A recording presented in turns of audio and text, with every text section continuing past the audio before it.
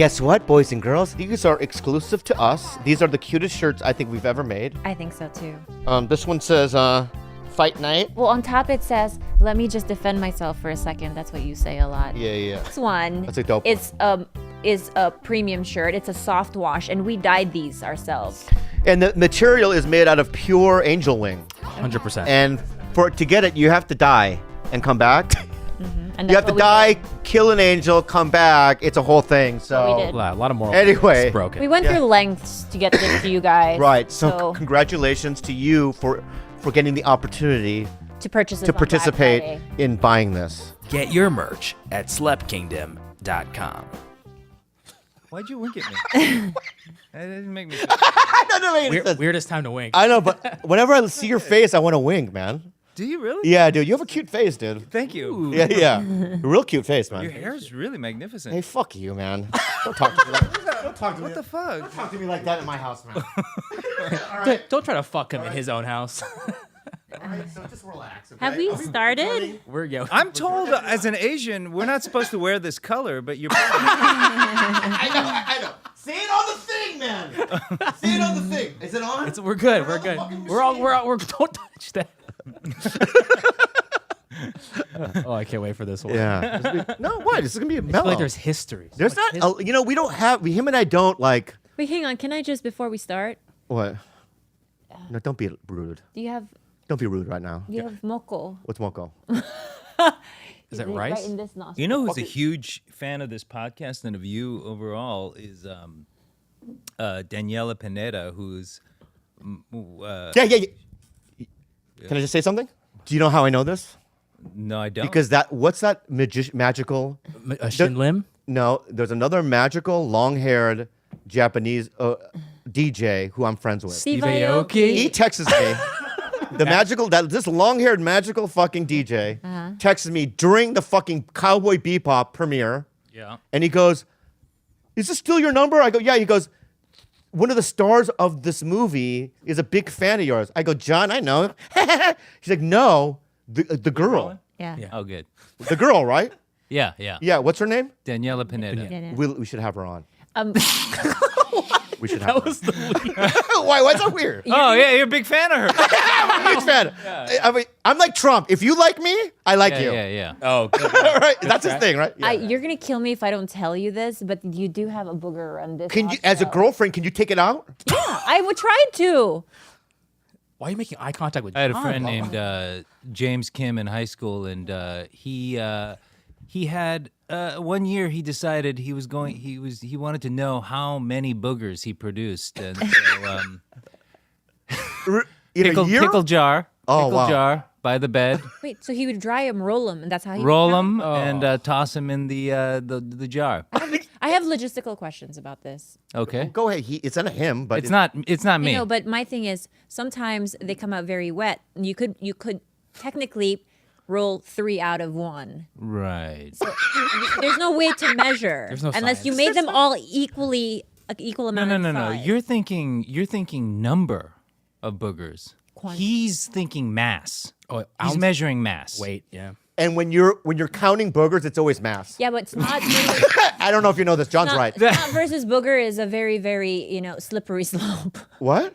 Snot versus booger. 'Cause Yeah, sometimes yeah. you pull out something and it's like, is this But booger or half what you snot? don't realize is that I don't know why we're talking about this right now because we have a Highbrow stuff. fucking star here. But like, Yeah.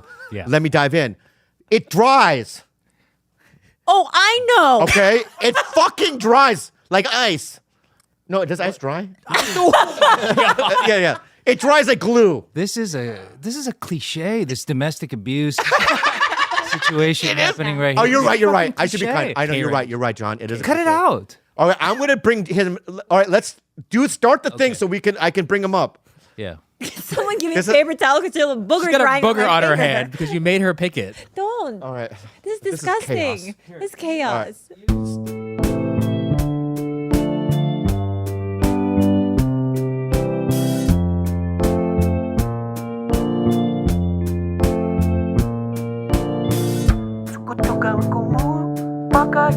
Five, 4, 3, 2, and a Welcome to another episode of TigerBelly. TigerBelly.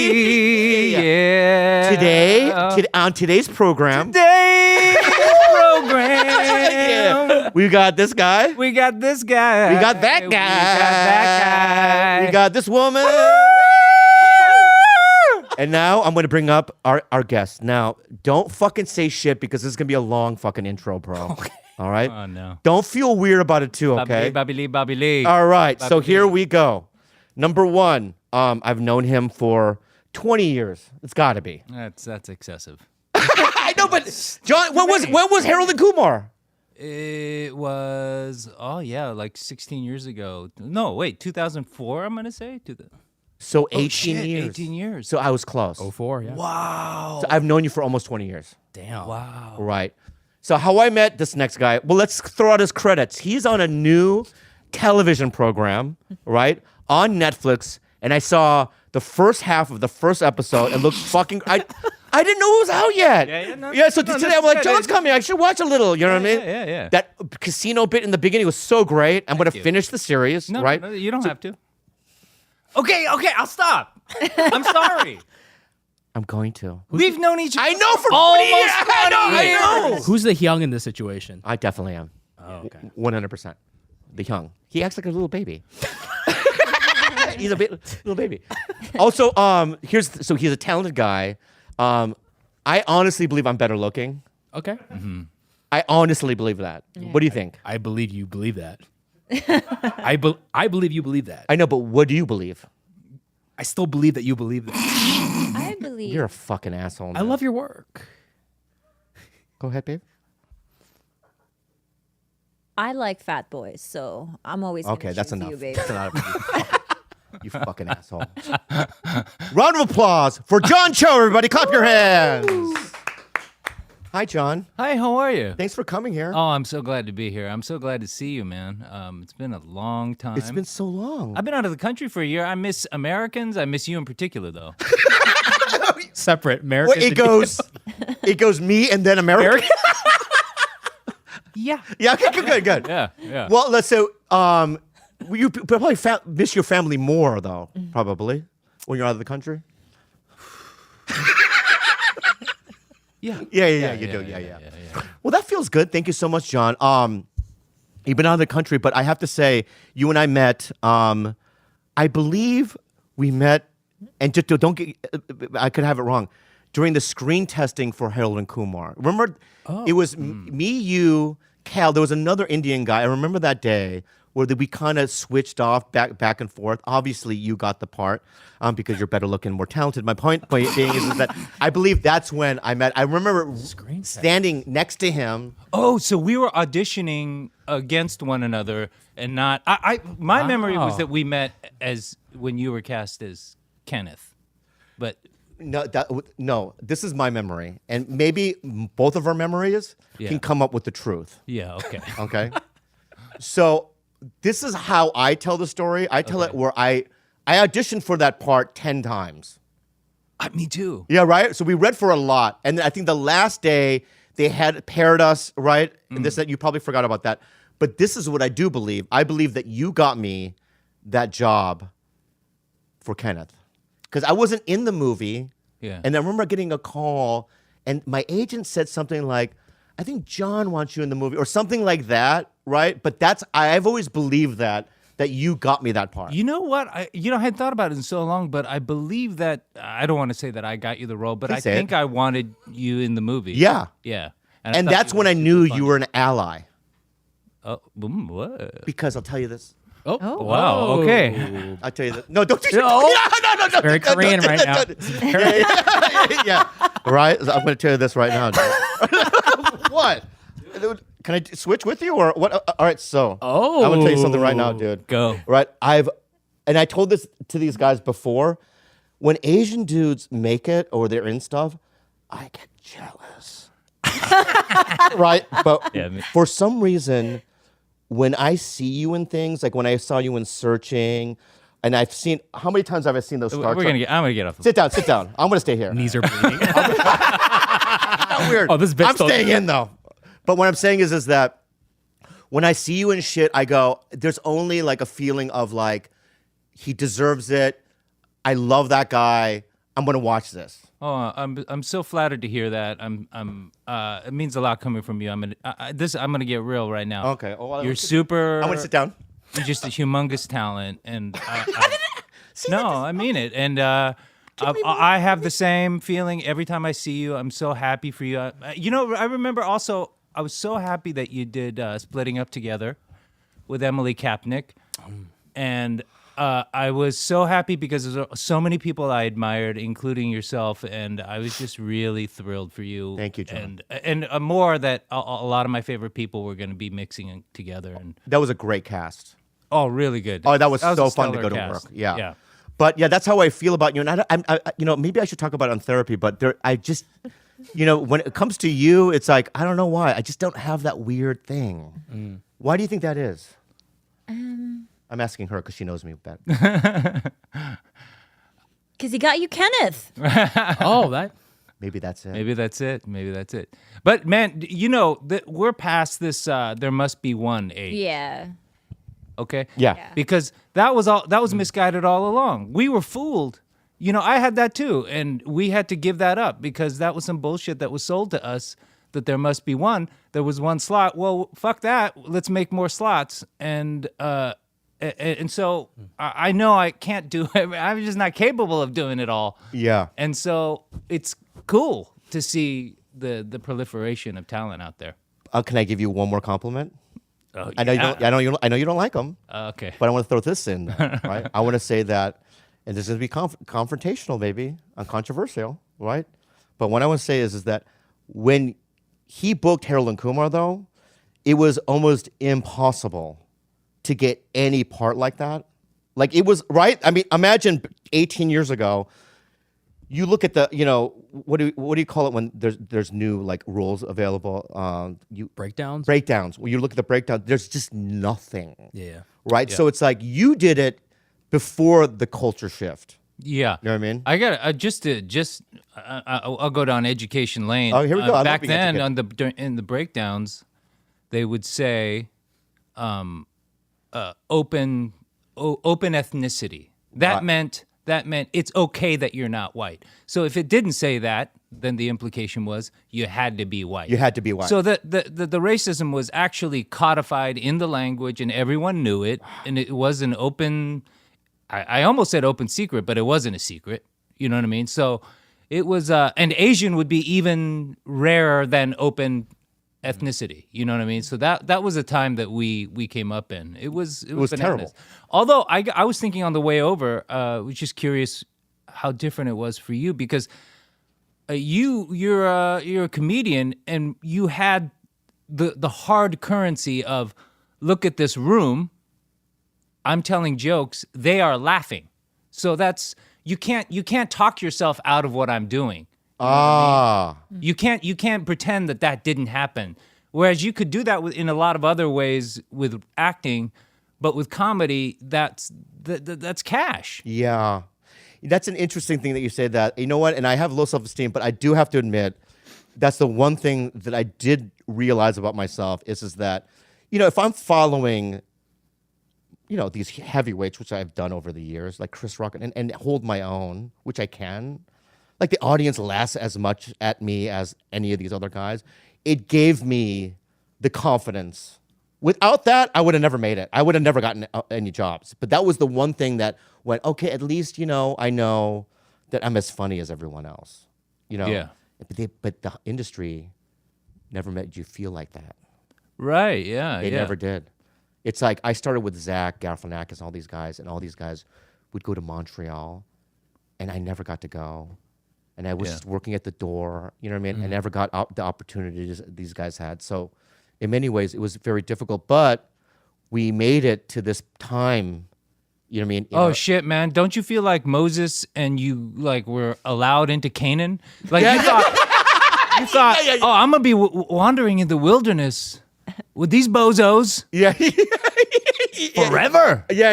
And you thought it was never going to happen. The land of milk and honey was never going to be available to you. I know. And I can't believe we're here. I won't say that everything's perfect right now, but I'm just saying it's like a different time and it's crazy. It's so much fucking better for me, John. Yeah. I mean, I don't want to cry right now, But there was a time, John, where I was like, I think I'm out. I mean, she was with me. I would like wake and I would like a year would go by, not a single audition, and I would look at her, and this is after all the shit that I've done, and I'd just be like, I think I'm out. It's kind of why we started this podcast, Yeah. really. He really had, nothing going. We were like, well, Do you fuck. think it's because you don't have any talent? Do you think that, I was do you thinking think that. the lack of talent was why? Actor? No, I was thinking that, but I think what it was is I made something that had nothing to do with the Hollywood machine. Yeah. Right? And I gathered the fans on my own. These are Yeah. legitimate. You had Bonafide. you organically made the new model for Hollywood, which is you do something and then people come to you and go, "Can I have a piece of that?" Yeah. And whereas before we were going, "Can I have a piece? Please, may I?" I know. But this is so funny because this is turning into a therapy session for me too, because I would have thought, Yeah. I was looking at you going, this guy has it better than me. And the reason I thought that was like, I always felt in between in terms of my type or whatever. I was always caught between comedy and drama. And I was like, I can't seem to, aside from Harold and Kumar, which I kind of barely got and was like, I don't know if I did a good job in You that and all killed that it. stuff. Thank you. But like, I look back and I wasn't a great straight man. I was trying to be funny. You know what I mean? I should have played it dead straight, dead dry, bone dry. But I was like, this is a comedy. I'm supposed to be, I didn't know what I was doing. Yeah. But anyway, like I always felt like, okay, which way am I supposed to go?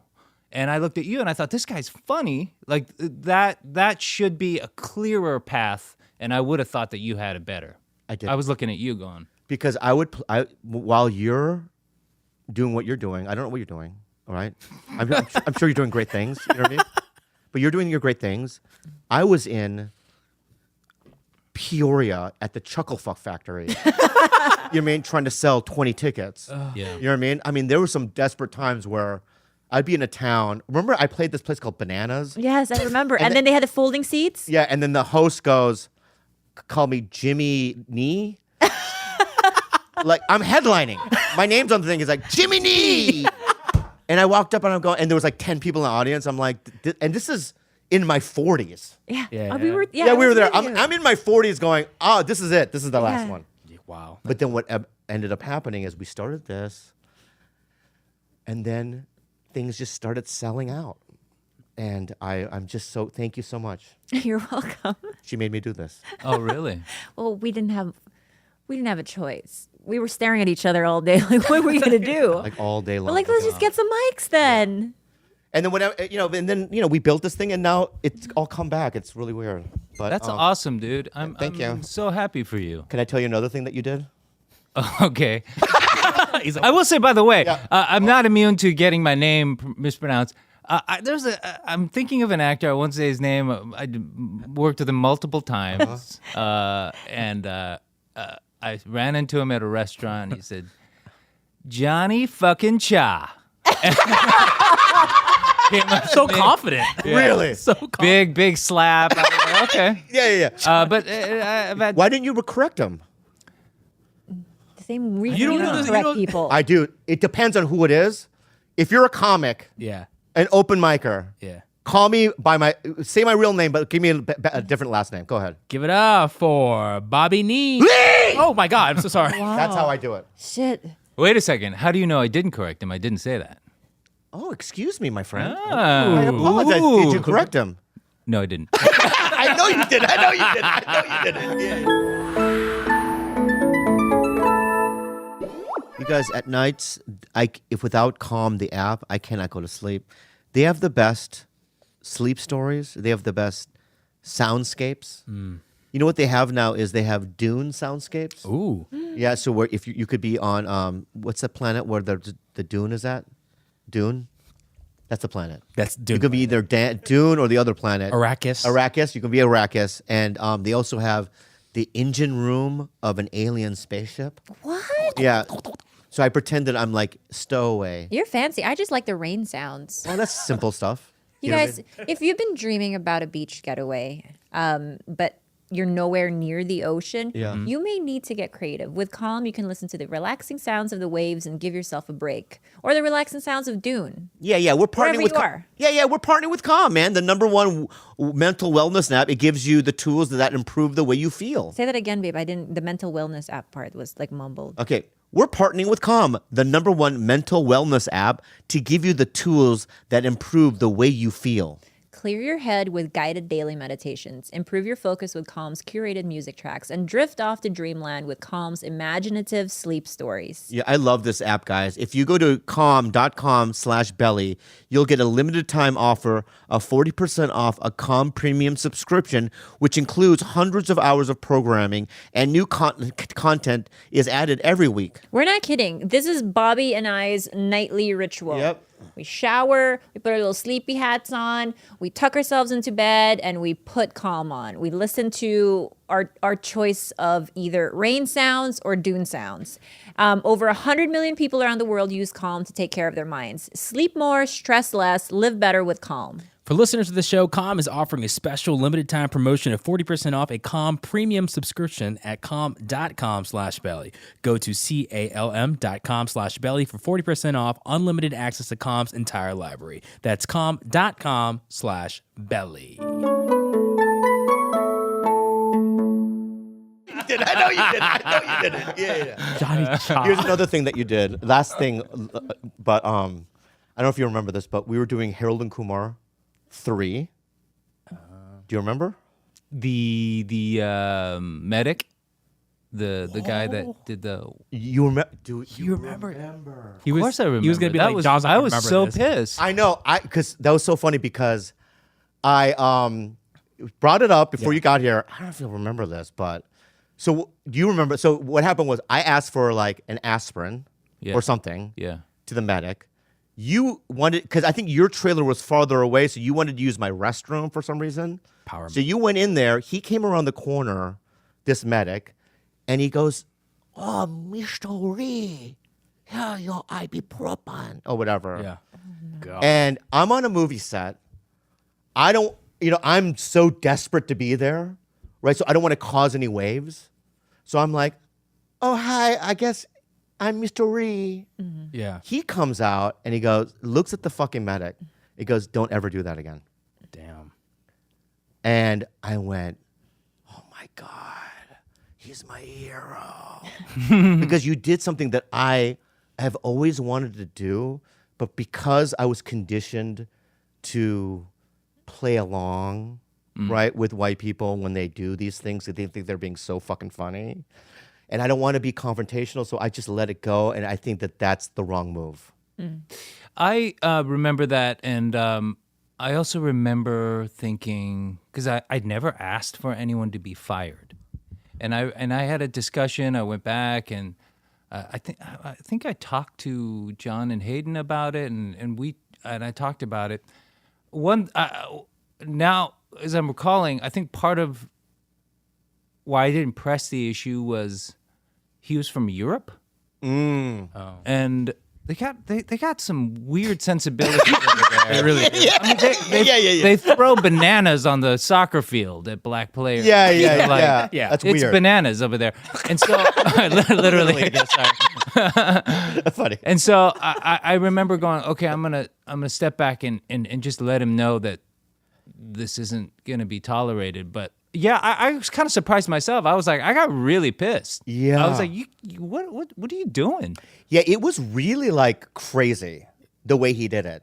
Like full on. Like he did the walk. Oh my! He did a whole. Like act? he did the whole walk with this thing. No. Yeah. He kind of went around the corner. Oh, dude, you didn't He tell me lost that at the work. time. Yeah. You would have been fired. No, but yeah, and he did the whole thing, and like I would have let it go, but and I don't think from then on when people do that, I think I say shit now. Oh, yeah. I go, "Hey, dude, that's 80s." Yeah. Like at a comedy club, I'll get off. People go, "Mr. Ree, you're so funny." I go, "Dude, bro, what are you doing?" Yeah. But before, I never said anything. I just said, white people are crazy. I just had this. I read the script recently, and there was a Asian joke in it, in the scene, and I was like, "Why does this bother me?" And the joke was meant to cast this character, the other character, as an asshole, okay? And it was directed towards me, or my character, the one I'm being asked to play. And I decided, I was reading it today, and I was like, oh, I think the script is great. But I was like, I'm going to ask for that to be removed. And my thing is now, if you want him to be an asshole, we can find another way. But let's take all these things out of the cultural consciousness. Let's just remove them. Wow. Unless we don't need them to be there. So I don't need to apologize for the writer, because I started going, well, he needs it because, no. It doesn't matter that he's well-intentioned. I'm asking, I don't want to be in things that keep this joke in circulation. Oh. Okay? So let's kind of let's retire it. And so I think I'm just going to start fire hosing everything, Yeah. That's so interesting. So it's like, I've been afraid to do that where it's like, wow, you just called me a little dick, like a little dick joke, like in the script. Yeah. And I'll like feel uncomfortable about it, but I won't say anything. So then they'll do the little dick joke. It'll come out, right? And I'll feel, it's like when I turned down the Asian accent thing. Well, my whole family pressured you to not take it. See, you were casting yourself as the hero. It was Khalyla. I remember No, but- the phone call. My sister and Renzo and I were like, Bobby, you got to. A year ago, I get offered a huge action movie, but I have an Asian accent, right? But for no reason. For no reason. You asked him, why does he need an And I Asian talked to the accent? director. I go, why does he have to have one? He's like, I just want him to have one. And I go, and this is the first time in my life because I've done them. You know what I mean? I've done a lot of them, and I don't feel good. I don't feel good when I do them. Even when I'm on set, it's like, I thought, I do it, and right, and they cut. I'll sweat, and my eyes will go like kind of crazy. Yeah. And go, what the fuck did I just do? Well, you don't have a great Asian accent. It's a bad Asian accent too. You go in and out of it. You're just not good I can at do it. a good Asian accent. No, I don't think so. Hello. Hello. Not good? I am Bobby. I am Bobby. All right.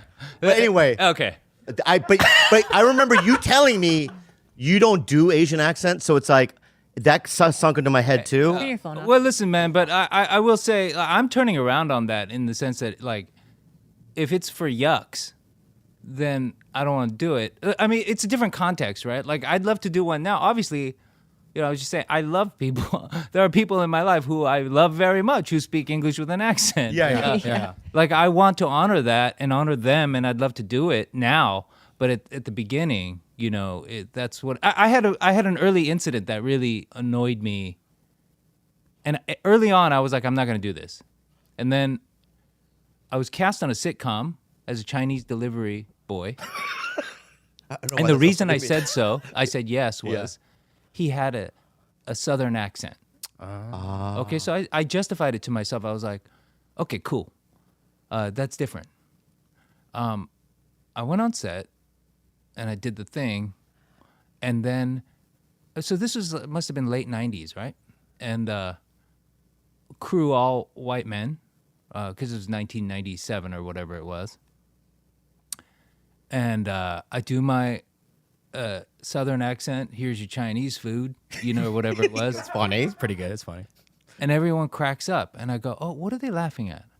Oh, they're laughing at the fact that I'm supposed to ching-chong it. But isn't it funny that he's not ching-chonging it? And I was like, that's the same. It's the same as having the ching-chong accent. And then I looked at everyone around laughing, and they were all white. And I said, I'm not doing this again. And so then I became really hardcore about it. But that was the moment that happened for me that I tried to justify it to myself and got pissed off at myself. Wow. I think you're right about that. I mean, I think he is right about it. No, I think they're laughing. It's the same thing. You know what I mean? Whereas in my mind, I would probably get off of getting the laugh, right? And not think twice about it. But you're right. It is the same thing. And that's really interesting to me. Because I've done stuff like, what? Didn't the league have you play a guy with a disability? But what does that have to do with it? Oh, because I had Being Asian is not a disability. Just to correct everyone that's listening. No, you're right. I had Down syndrome and I had an Asian accent. It was. They made me Double do whammy. both. Double whammy. Whoa, bro. They double whammied it. killed it though. Yeah. How do you do that? I don't even. Even if you asked me to do it again, I'll be able to do it. I wouldn't be able to. Yeah. But anyway, that's so interesting to me.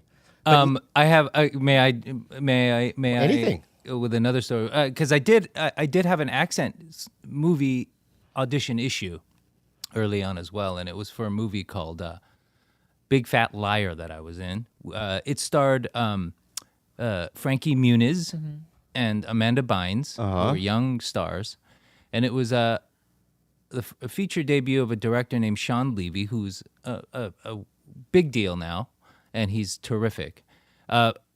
But I thought I was going in for a different part. I literally got the wrong sides in my curly fax machine. Yeah. And I went to the audition, and they said, "Oh no, you got the wrong sides. You're playing this guy." And it was a Hong Kong film director with an accent, Oh wow. and it was a comedy, obviously. Yeah. And I went into then I was like, "Oh, do I walk out or I don't know what to do here." So I was like, "Let me just do the audition, and I'll deal with it later." You did it with the accent. With the accent. Uh huh. Then I was like, oh. But I went home, and the next day they offered me the role. But then I decided, and I told my agents, I said, please tell them, thank you. But it's a kids' movie, and I don't want kids to inadvertently laugh at a man with an accent. And so thank you very much, but I'm going to have to say no. So that message was relayed. That wasn't easy to turn down something. And somehow it's harder to turn down something after they Like you. like you. Yeah. You know, it's yeah. easier when you're at home and you say no to your agents. Maybe they're thinking, why did you read for it anyway if you didn't like it? Yeah, right. Yeah. But I made sure to tell them, please explain why.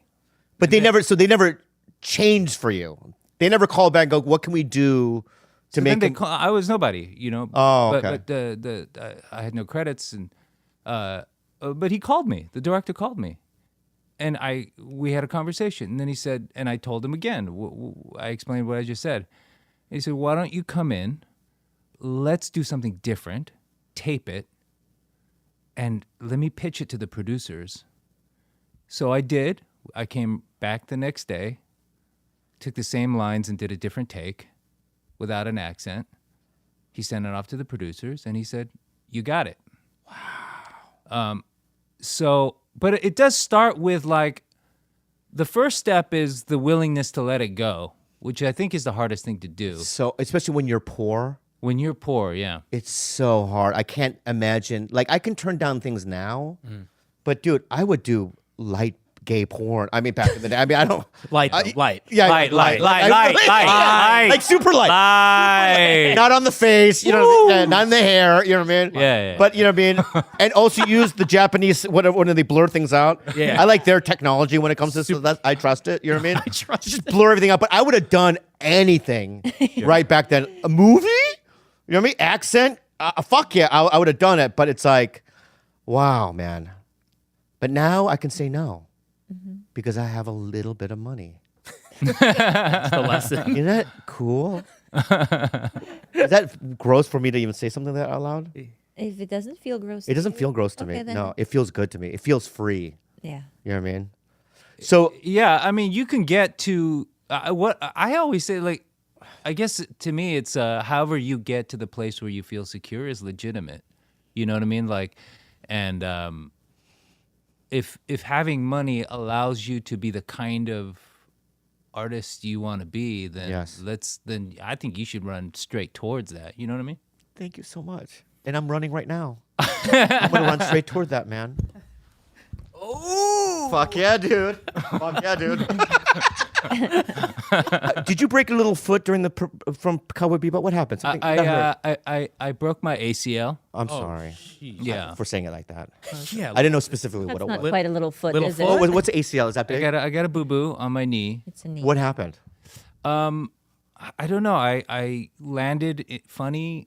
I think it's kind of a freak accident because I'd done the sequence a bunch of times. Yeah. And then on the last one. Oh my God. Not the second to last one. The last one. The last one. It just popped. Because even that little sequence I saw you in the first 20 minutes of Cowboy Bebop, it stresses me out. Like, I watch you and I'm going, he had to jump over that thing. Like, all these things that you have to fucking do. Yeah. It's a lot. It must be fucking exhausting. Yeah. We did a lot of training. You know, I had to. I was soft, man. I had to get in shape, and I had to train a lot for it. But you know, that's another thing. You bring up the accent because I think when I was younger, I was like, I'm not gonna kung fu it up. You know. But that was a mistake because the kung fu, the martial arts is an awesome discipline, and it's like a great addition to my life, and I love it so much. Well, you actually know the shit? Well, no, I mean, I'm not an expert in anything, but whenever I'm learning all the things that I've learned for the show, I just appreciate knowing, and I guess it's like one of those things I always say, like, we're in this like a time where everyone's trying to do 2 and 3 things at once, but everyone's favorite thing is a thing that you can't do anything else while doing, be it yoga or cooking or martial arts or whatever it is. And martial arts is one of those things that requires everything, your total presence to do. Oh, wow. Yeah, so I dig it. Wow. You're right. That it is a discipline. Yeah. Yeah, it seems that's why I never did it.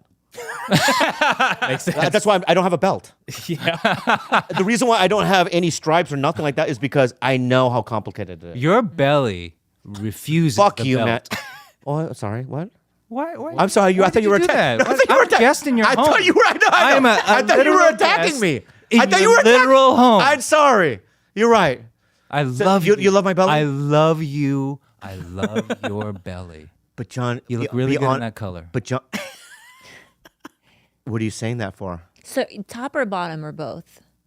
The yellow or the is Top, it light top, tan? top. Just the top. The tan is trash. The bottom's trash. It's garbage. It's garbage. Yeah, yeah. It's garbage. But would you say though, because you haven't seen me in a while, Yeah. that I've ballooned a bit? Yeah, what was the last Be time you honest. job? Be honest with me. Have I ballooned a bit? I cannot tell. That's a lie. No, it's not. You really can't tell that I'm fat? No. Oh, thank you. Because I can tell that you're skinny.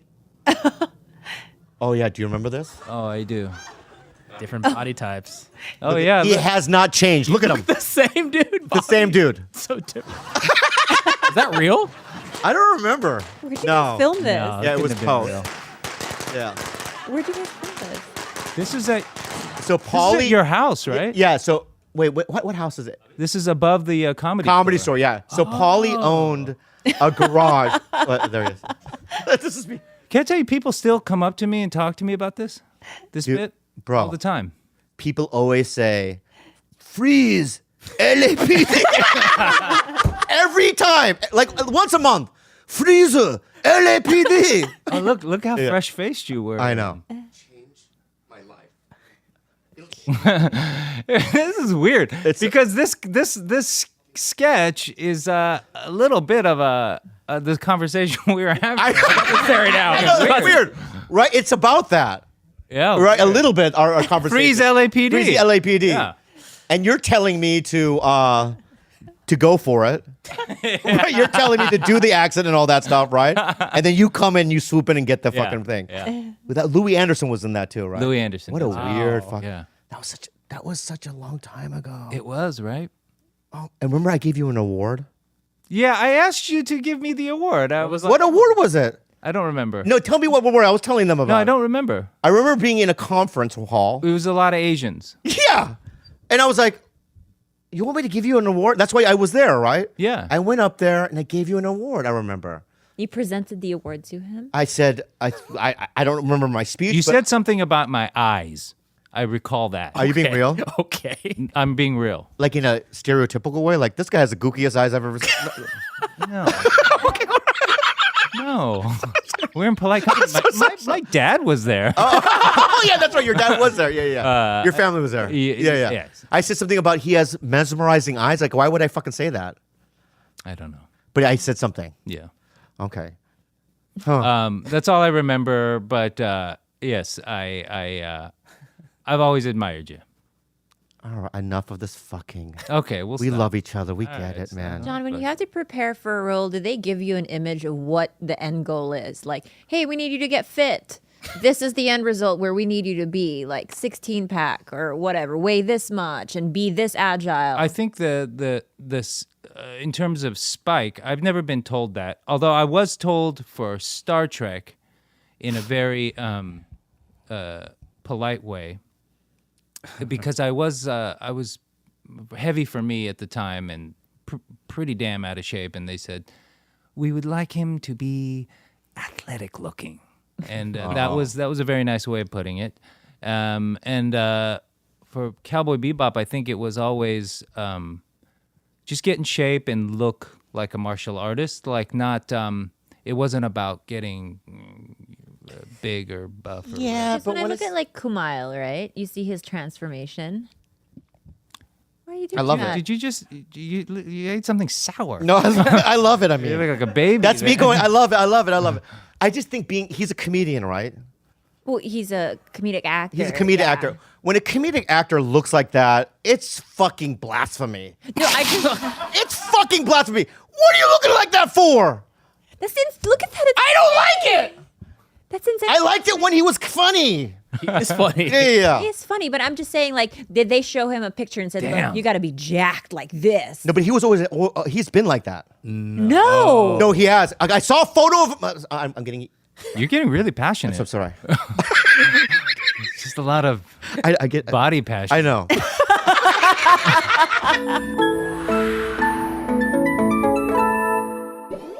Competitive Cyclist is the online specialty retailer of road and mountain bike components, apparel, and even accessories. If you want to build the perfect bike, this is where to go. Yes. Featuring cyclists, standout brands like POC, Castelli, Pearl Izumi, and 510. An unrivaled in-house bike assembly operation, they bring the personal attention of the best local bike shops along with a selection and convenience only possible with shopping online. Yeah, but the real difference at Competitive Cyclists are the gearheads. Equal parts customer service and cycling fanatic gearheads are former pro athletes, Olympians, seasoned cyclists with years of experience, all available by phone, email, or chat for product recommendations and hard-won advice. Also, by the way, Bobby has always had dreams of dabbling into cycling, correct, sweetie? Oh my God, my dreams of becoming Yeah. a cyclist is especially like that guy who had the nut cancer. Lance Armstrong. Yeah. I want to be like him. And Competitive Cyclist is where I'm going to go. Okay, so my brother-in-law is a really avid cyclist, and so I contacted one of the gearheads at Competitive Cyclist, and they helped me choose this. I think it's pronounced Physic or Physic saddle for him, and he could not stop talking about it. Yep. Go to competitivecyclist.com/belly and enter promo code belly to get 15% off your first full price purchase plus free shipping on orders of $50 or more. Some exclusions apply. Go right now and get 15% off plus free shipping at competitivecyclist.com/belly and enter promo code belly. Competitivecyclist.com/belly. Promo code belly. Some exclusions apply.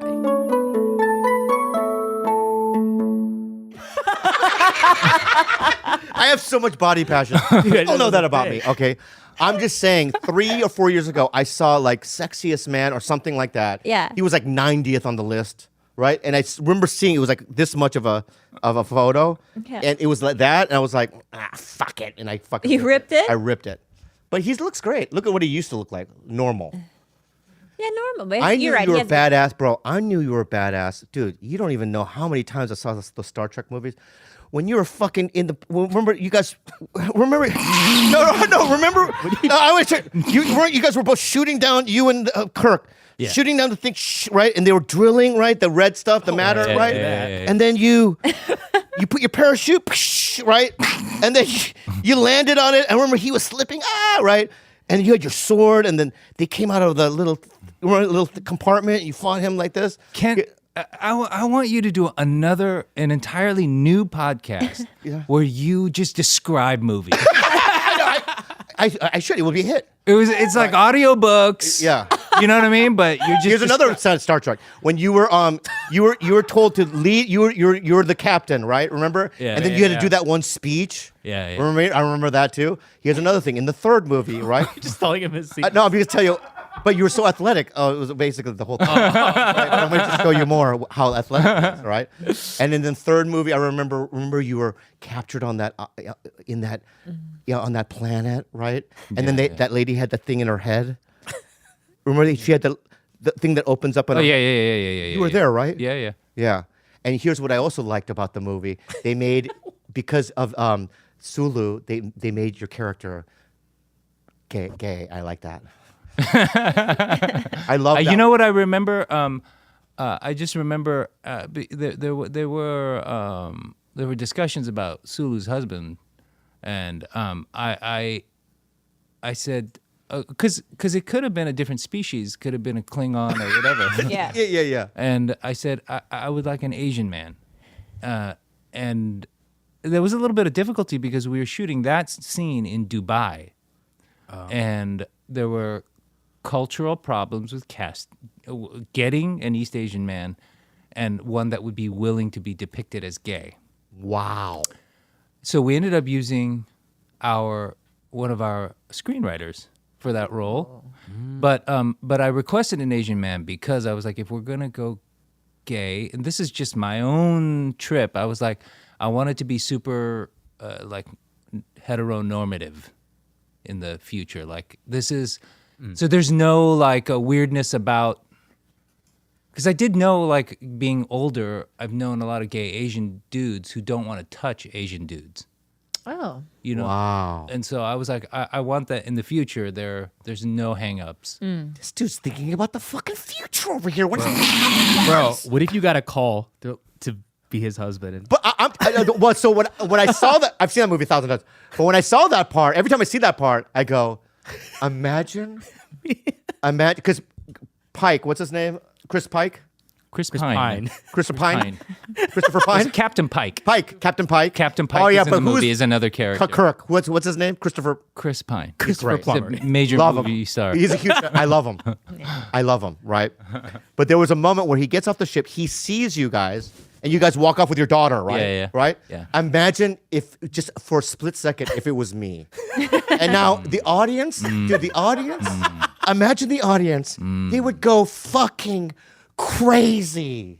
The audience. Freeze. Don't you think the audience would have gone crazy? It would have ruined the movie. It would have ruined the movie, but it would have been It amazing. would have been a great Yeah. piece of casting. But dude, I'm telling you right now, I honestly, I'm a big Star Trek fan, bro, and I love those movies. You know? Oh, thanks. Yeah. Dude. Oh. I'm gonna stop fanboying, dude. Yeah. So how'd you weird, get right? into Star Trek? How'd How'd you get a Star Trek? Why did you do that? Why? Because I wanted to put you down a little bit. Oh, wow. Just a little bit. Just a little bit. You know what I mean? I'll tell you how, dude. Yeah, go ahead. I'll tell you how, dude. Fuck, dude. Can I tell you how, dude? All right. Because I don't think that I loved living my life. I love my life, but it's like the society I live in, I don't particularly like. You know what I mean? It's free. I have the freedom. I love being an American. But because of all the stuff that we've talked about, right? Yeah. I think as a kid, I've always wanted to see a different future. You know what I mean? And Star Trek always provided a future for me that I could live with. Like, for instance, multicultural, right? Yeah. There's no. You're talking about the original series, right? No, I'm talking about Next Generation. Next actually. Generation, okay. I'm a big Next Generation. I like the original as well. But the Next Generation, it's all about just growing and helping each other. I don't know. I just glommed onto that idea, right? Yeah. That we could all just kind of move beyond this Trump shit, all the shit that we had to. It's backwards. I have the same feeling about Star Trek, and it is like it was born in the '60s, and it was this vision of post-war America of like we could be the city on the hill, we could be a great nation, and we're gonna be diverse. And obviously it's of its era, so there's a white man at the helm, but like it was this really inclusive idea of what America could be, because it's set in space, but it's about America and what we could be if we really stuck to our ideals, or rather lived up to our stated ideals. Yeah. It's so also important to see people like Sulu and Uhura. Am I saying that right? Uhura. Right? Looks like a Korean word. I just try my best, guys. Right? So to see an Asian, I think Chekhov is what's Chekhov? Mexican? What is he? Russian. Chekhov seems Mexican. Yeah. Hola. Is he Is he Russian? Russian. Yeah. I think so. It just all that stuff. What's so funny? That you got Chekhov. The original Chekhov looks Mexican. Like if he What? it doesn't. No, I mean if you honestly, dude, if you went to, I don't want to be stereotypical, but Keto Moss. I don't know. This is not. I'm sorry. Let's just move on, dude. I Yeah, think I dug myself a hole, dude. Yeah. I think I dug myself a. Keep it in, but you know what I mean. Chekhov's not Mexican. Let's move on. Don't have to look it up. I don't know what you're doing. I just want to make sure. But I'm sorry. Also, I want to say. I mean, we brought it up. I just sorry for your loss on that movie. Maybe Spanish. Oh, yeah. Yeah, that must have been devastating. Was that devastating? Obviously, I don't want to talk about it. Yeah, it was. Talk about it. Anton is just a really special person, and part of what makes it extra. He's a really beautiful person, and he was just young, and He was he so had a talented. really, I mean, really obviously good you could tell he's so talented. Oh my God. Like I don't consider myself a natural born actor. Like I go, I had to learn how to do that, and I'm clever. You know what I mean? Like I figured it out. You're crafty. I'm crafty. Yeah. but like he's a natural born artist. I won't even say actor. He was just like, oh, this is a seeker. He's Well, to get that part right, though, right? Because they're so iconic, these parts, right? He doesn't look like Chekhov, right? Yeah. He became him, though. Yeah. Which which convinced me. Like as soon as he started talking, I'm like, yep, that's Chekhov. Yeah. Even though he didn't have the look, I'm a huge fan. that's a really good cast all around. I'd Oh say. my Like, it's God, one of- dude! What? It's a fucking. I'm sorry. I'm getting goosebumps right now, dude. That whole series, dude, is amazing. You're not doing more? I don't know. We might. They're so good. Yeah, I think so. Is it because it's be hard to move on? I think there's a lot of elements in why it's been hard to do. Part of it is just everyone is really busy. Yeah. Like that's a big cast, and everyone kind of. I don't want to sound like I'm too. Everyone kind of their careers grew, and killing it. They're so there's that, and I don't know if we're. But I'm also not sure sometimes. Like, are we competing with giant franchises like billion-dollar franchises, Like Avengers? You mean? Yeah, and that kind of thing, and we're actually more niche than that. Really? I think Star Trek movies are not that. They're at its core, they're rather intellectual. You know what I mean? They're not action movies as such, and so I don't think you can expect. And yet they're expensive. Those other movies. So it's sort of, I don't know. Yeah, that's a shame, because I could literally watch another 9 of those movies. I mean, you watch me. I'll watch that shit over and over again. I'm obsessed with it. I really think that they're that good. Mm-hmm. You know what I mean? Thanks. And I love J.J. Abrams. I love you. I love, what's his name? Christopher Pine? Christopher Pine. Chris Pine. Chris Pine. Yeah, his dad's Odd, great. but, yeah. His dad was in the. It's weird that you know who Chips? his dad is, and you. I know Chris who Pine. Common. Chris Pine. John, I just want to say something to you, bud. Bob Pine. In Chips. Yes. Yes. He was amazing. Chips. Chips. Yeah. Did you meet him? Yeah. Yeah. You did? Yeah, he's a gentleman. I bet. He's like a proper gentleman. And let me ask you something. What is? And I want a little insight. Okay. What's Leonard Nimoy like? Like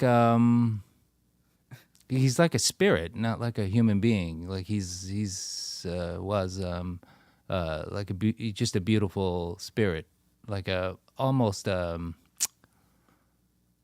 of like a religious figure. Maybe that's angel. He's an angel? Angel? Yeah, he is. Yeah, Yeah, he's or an was, angel yeah. straight from heaven. He was a beautiful person. When I didn't know him well. I can just say Who does?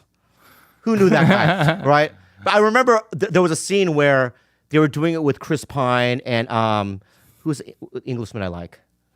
Benedict Cumberbatch. No, the other one, the funny one, Scotty. Simon Pegg. Simon Simon Pegg. Pegg, yes. Love Simon Pegg. I was in Paul. Oh yeah. One line. You got cut. I got cut out of it. One line. I played a valet.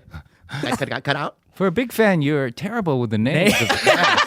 It's like- I know it's a thing that I do. I know everyone's name. I just for a bit, but Simon Pegg and Chris Pine were doing a scene, I guess, with Leonard Nimoy, and I guess Leonard Nimoy was taking a nap, and they were both going, "Holy shit, it's fucking Leonard Nimoy," while they were sleeping. Like it must have been so amazing to have someone like that on set, man. What it felt like, I recall at in the first movie, was like it felt like we were being blessed, you know, by him agreeing to be in it, and it felt like, okay, we're gonna be all right, and it because everyone was kind of nervous, and we were wondering whether this is the right thing and all this stuff, and are we gonna make a good movie, and are the fans gonna like it and all this stuff, and Leonard Nimoy just walked onto set, and he was very calm and very sweet and very complimentary, and I think everyone exhaled when he showed up,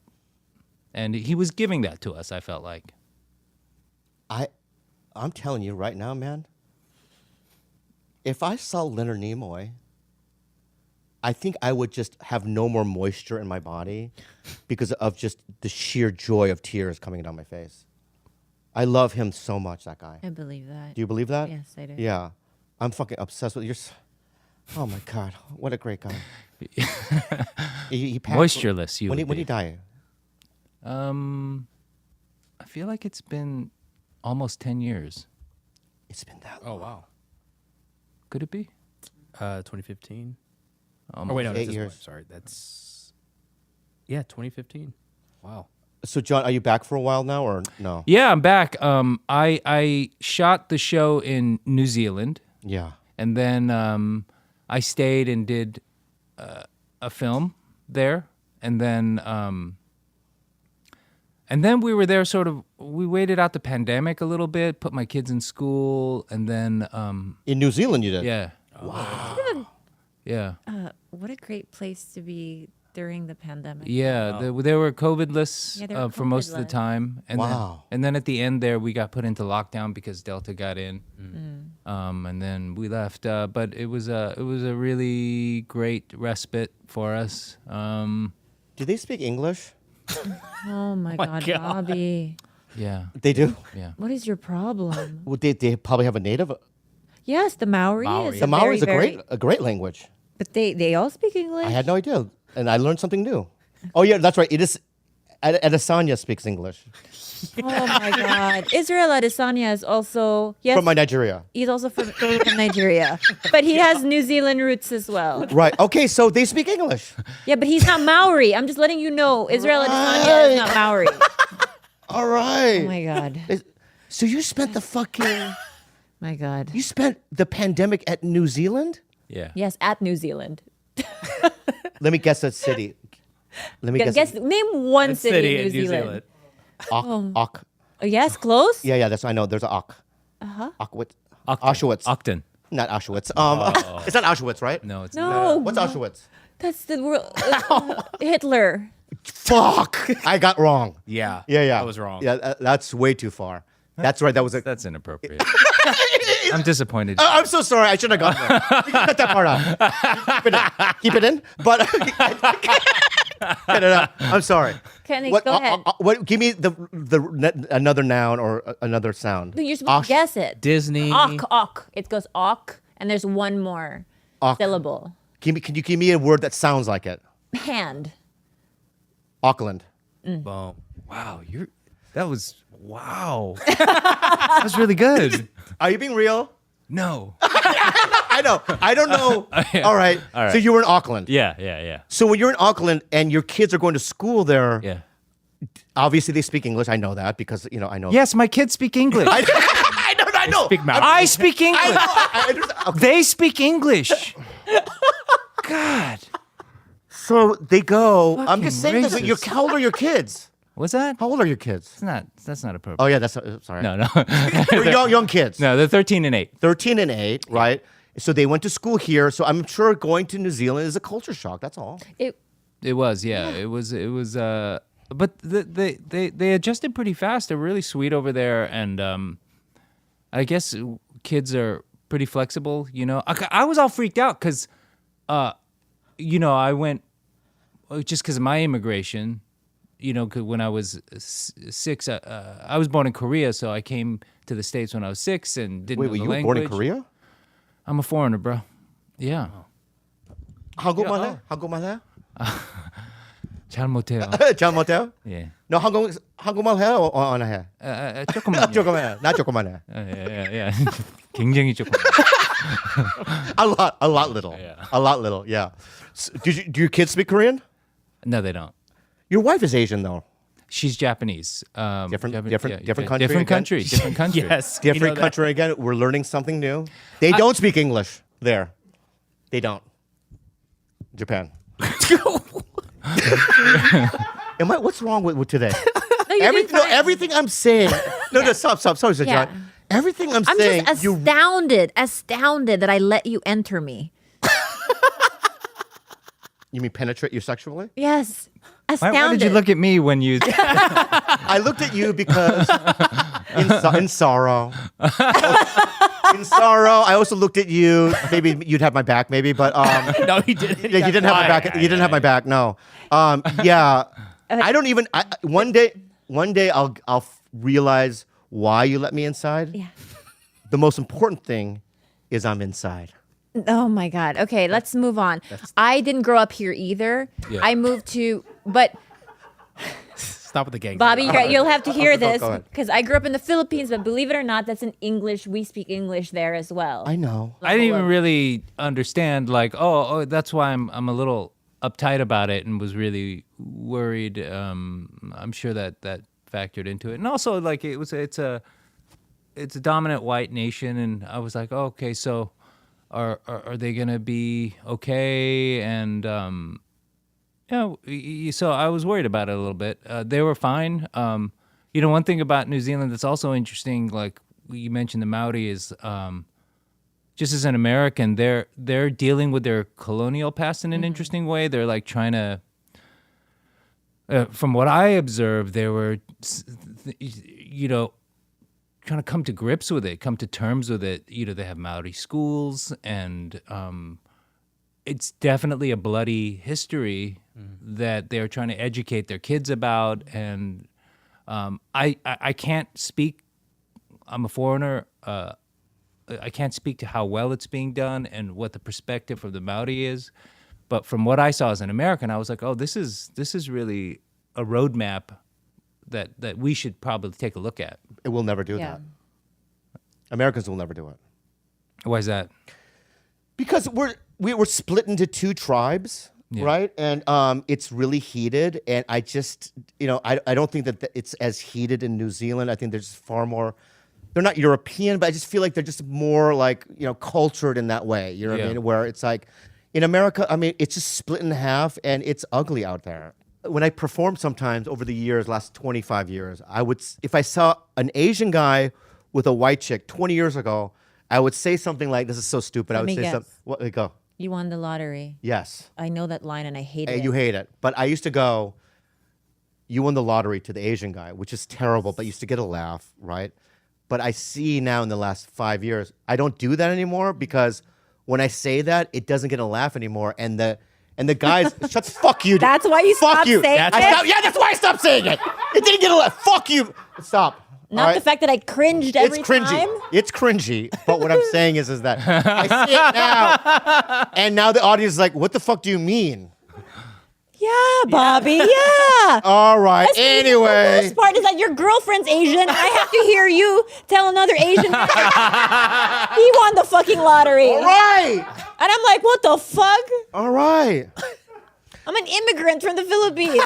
Hey, John, I know you're a busy guy, but I want to I want to Sounds talk like about get our the fuck friendship. outta here. I want to talk about our friendship real quick. All right. I don't want from now on Okay. this once a year bullshit every other year of a random text from you or me. Vice I feel versa. like I'm the one reaching out to you. You do. Oh. And I'm gonna make it an effort to become friends with you. All right, I'm gonna make an effort. I don't know how to do it, but I've been doing it lately. The last year, I've been really going out, having dinners with people, and trying to Trying to enjoy. break people. that avoidant attachment I'm style. trying to not be that weirdo, right? yes. So, from now on, let this be known as a new age for us. Let this be known as a new age for us. Yes, let it be known, and let our friendship evolve from here. And let our friendship now evolve from here. Yes. If you're president, I'd be your speech writer, and I would yell lines. That'd be great. God. I'm repeating the vow. Oh yeah, you are. So I'm that's repeating the the vow. vow from now on. Secondly, John, I can't also believe that this is the first time you've ever done Yeah. our podcast. It seems like a slight, don't you think, on your part? It doesn't. Interesting. I'll tell you why it doesn't. Okay. I'll tell you why it doesn't. Yeah, okay, go ahead. What other Asian actors have you had in here? A lot. right? Yeon. Oh, okay, there you Who go. else? That's it. Aquafina, no, Jimmy O Yang. Yang. Jimmy O Yang before me, really? Who else? You've asked Ronnie Chang. He said no. Ronnie Chang. He didn't say no. Yeah, we had Aquafina twice. A lot more Koreans. A lot of I'll tell you the reason why. I don't want to be intrusive, and I have to be honest. Here's another thing: is when you don't talk to somebody for that long, you don't know what they're going through in their personal lives and that. You just don't want to be intrusive, and so from now on, I'm going to make it an effort. And I can't believe that you're here. I would love to have you back one day. If in a year from now, if you ever want to, John, we have a big audience. They'll help you With what? with views. Oh, you got to do this. This is what it does. You know what I mean? That's like a QAnon thing you're doing. Oh, it is. It's okay. Bro, take that back. I'll take it back. that back. Yeah, Cool. yeah. Oh, that's better. That's better. Yeah. No, that's That's from Troll 2. That's from Troll 2. Yeah. Great movie. No. Like what you know what you want? What I want are views where people are like focusing really hard, squinting. They're so engrossed. Yeah. That's what they're doing. Yeah. That's what they're doing. Yeah, that's what I So want. if you ever want to promote anything, I'm telling you, this is a good way to do it. Okay? So just call me anytime. I believe you. Okay, and I'm telling you. I thank you for the invitation. Now, we do at the end. We got, What? let him do his promotions right now. Boom. Cowboy promote. Bebop. But also, this is cool. Yeah, I wrote a book. It's called Troublemaker. It's out next March. so cool. A city on edge. A boy on a mission. Oh, little taqueria sign. Oh, was that K-Town? That's cute. So the book is, if you'll allow me, Please. I'll tell you the story of the book, Yeah. which is I had this deal to write a children's book, a middle grade novel, and I was like, I was trying to decide what it was going to be about, and I was thinking maybe a mystery novel, and then the pandemic hit, and we were locked inside, and the anti-Asian violence started, and I was like, I had the kids, and we were just watching the George Floyd was murdered, and there were all these protests on television, and we were like, we just having to field a lot of questions with the kids. And so then my mind started to wander back to the LA riots, and I started thinking about all this stuff. And then I had a new idea for a book, and I called my editor and I said, I got a different idea. If it's cool, I'd like to write this one. And the story is a Korean boy. He's a fuck up. He comes home from school on April 29th, 1992, and the city is going nuts. And his dad, who has a liquor store in South Central, goes to the store to board it up. And the boy decides, he needs me. He needs protection. I'm going to sneak out of the house and deliver him a gun. So he puts it in his backpack, sneaks out of the house, and the book is about that night as he's trying to get to his dad. Wow. So that's the story of the book. It's a great idea. That really is a good idea, man. Do I see moisture? Honestly, bit. dude, you almost got me to cry there, dude. Fuck you. Don't embarrass him in his Don't own embarrass house. me in front of my own fucking house. Dude, that's a great idea, dude. Oh, thanks, man. I could see that as a movie, too. When does it Yeah. come out, John? March 22nd, 2022. Yeah. Congratulations, dude. Thanks. Everyone listening, go buy Troublemaker. Download it on the fucking, what do you call it? iBooks? iBooks, yeah. Is that good? iBooks? Or iBooks. buy hard copy? All right. Copy. Yeah. I don't They know. ran out of steam there. They're in the middle of that word. I just smoke, so it's like, it's hard to get everything out. At the end of our podcast, John, we do a thing called Unhelpful Advice, and people ask us questions, and we answer them. Okay. Unhelpful Advice with John Cho. Hi, guys. My Wow. name is Thomas. It's great, right? That was Alan. like a old school radio. John Cho. Troublemaker. I'm a French guy living in Paris, and I've been in a long-distance relationship with my Korean/American girlfriend who lives in California at the moment. We want to stay together, so we talk about getting married. I would like to propose to her in a romantic way, kneeling down on one knee, but she told me I don't like romantic shit, and she wants something funny, like put the ring in a dog poo or something like that. Also, she always asks me things like, Tommy, if I shit on the street, would you stay with me? So I was wondering if this has something to do with her being Korean, because I know that Bobby doesn't like romantic things and likes the smell of poo. Am I missing something because I'm European? Any advice would be great. I think this is circling back to the Europeans fucking being weird about race. Yeah. Is that a Korean thing? Yeah. Also, that- don't put it on me. That's your shit. You like I don't like poo. You do like poo. I do. You're right, I do. yeah, Yeah. You like dog poo specifically. Yeah, what else is so poo, and then He was. I also don't like romantic. Koreans, are you romantic? Nah, not really. Yeah, me either. I will say to this dude, you're in dangerous territory getting funny. This could miss. This could Oh. miss. If you're gonna, both are dangerous. If she says she doesn't like romantic shit, but the way safer move is to go romantic. Yeah, just say it. I go funny. Please, God. No, you hire Shin Lim. A magician. You know who Shin Lim is?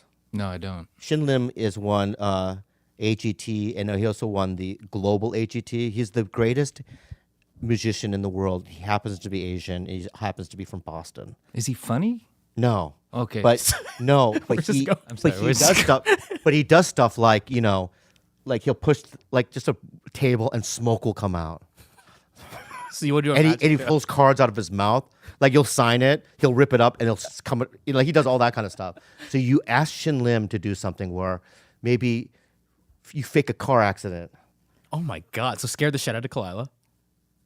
Just why don't you just douse my body with gasoline while I'm asleep, light me on fire, and Or do no, something like or that. inject you with- Pyrotechnics. I don't know. Inject you with somebody, hire a studio. This is a third category. This isn't funny.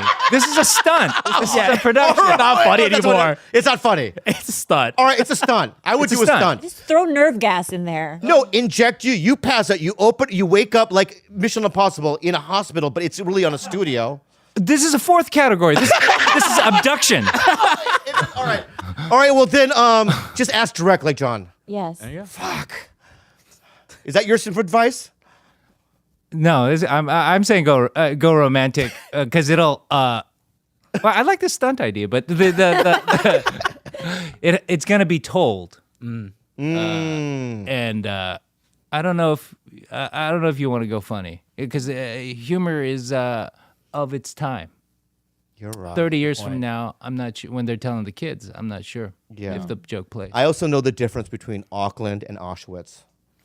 Great call. Just throw that out there. Thank God. By the way, okay. All right. So do that. You have another one? I don't like that. Yeah, we one. go. No, that was a good one. That was a We got good another That was a really good one, but do another one.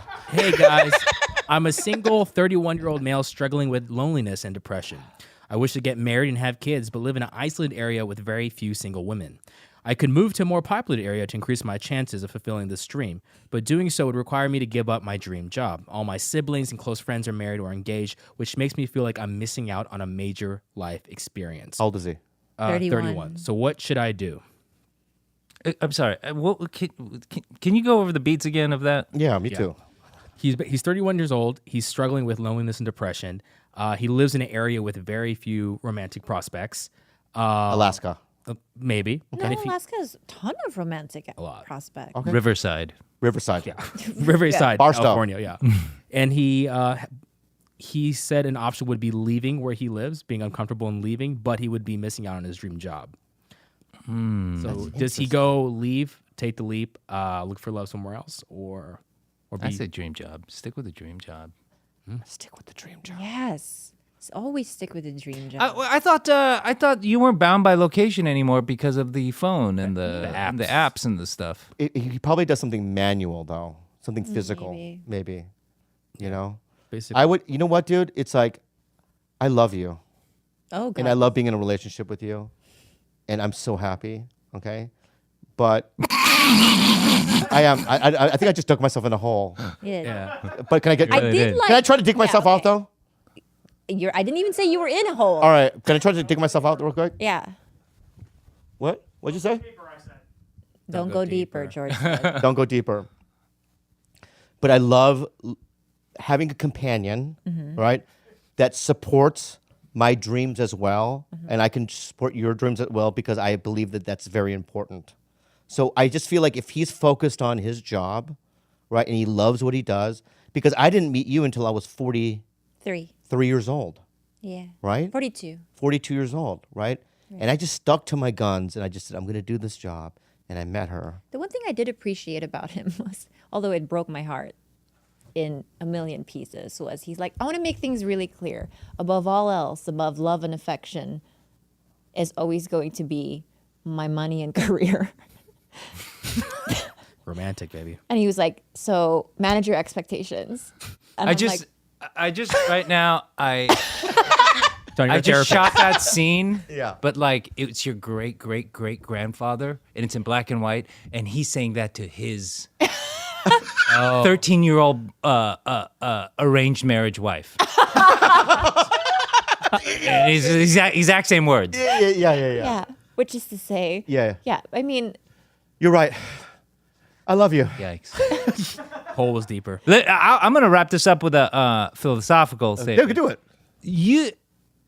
You want to be if you want to fall in love with somebody, you have to be happy and fulfilled in yourself first before you can share that with a woman or whatever you're into, whoever you're into.